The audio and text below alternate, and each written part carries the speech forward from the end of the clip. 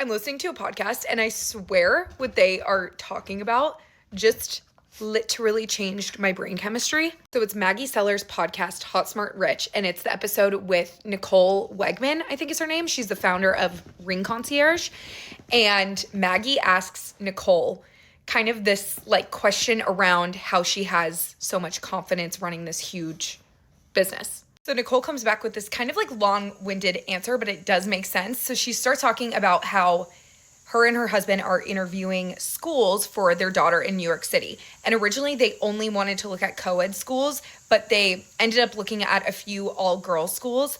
And something that the all-girls schools use as their like sell job is that when girls are primarily surrounded by other girls, it creates this like insane sense of confidence in themselves. So she kind of takes that idea and applies it to how she has primarily been surrounded by women in her career. So she worked in fashion, and I mean, there are men obviously that work in fashion, but it is primarily women. And so she's like, that created the most insane sense of confidence for me, like early on in her career, because everyone she was surrounded by, all the executives and whatever, it's all women. And I just relate to this so deeply because I essentially have never had a male coworker. Like I worked in an Ulta store in college. I interned for Birchbox, all women.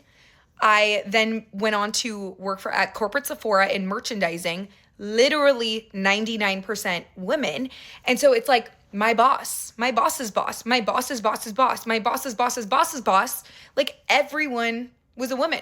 All the brands that I worked with that Sephora carries, everyone that works at the brands, all the CEOs, all the founders, whatever, it is like almost all women. So now, years later, here I am like literally starting my own brand, and people will ask me, they're like, oh, that's like so crazy. That's like a huge thing to do. Like, are you nervous? Like blah, blah, blah.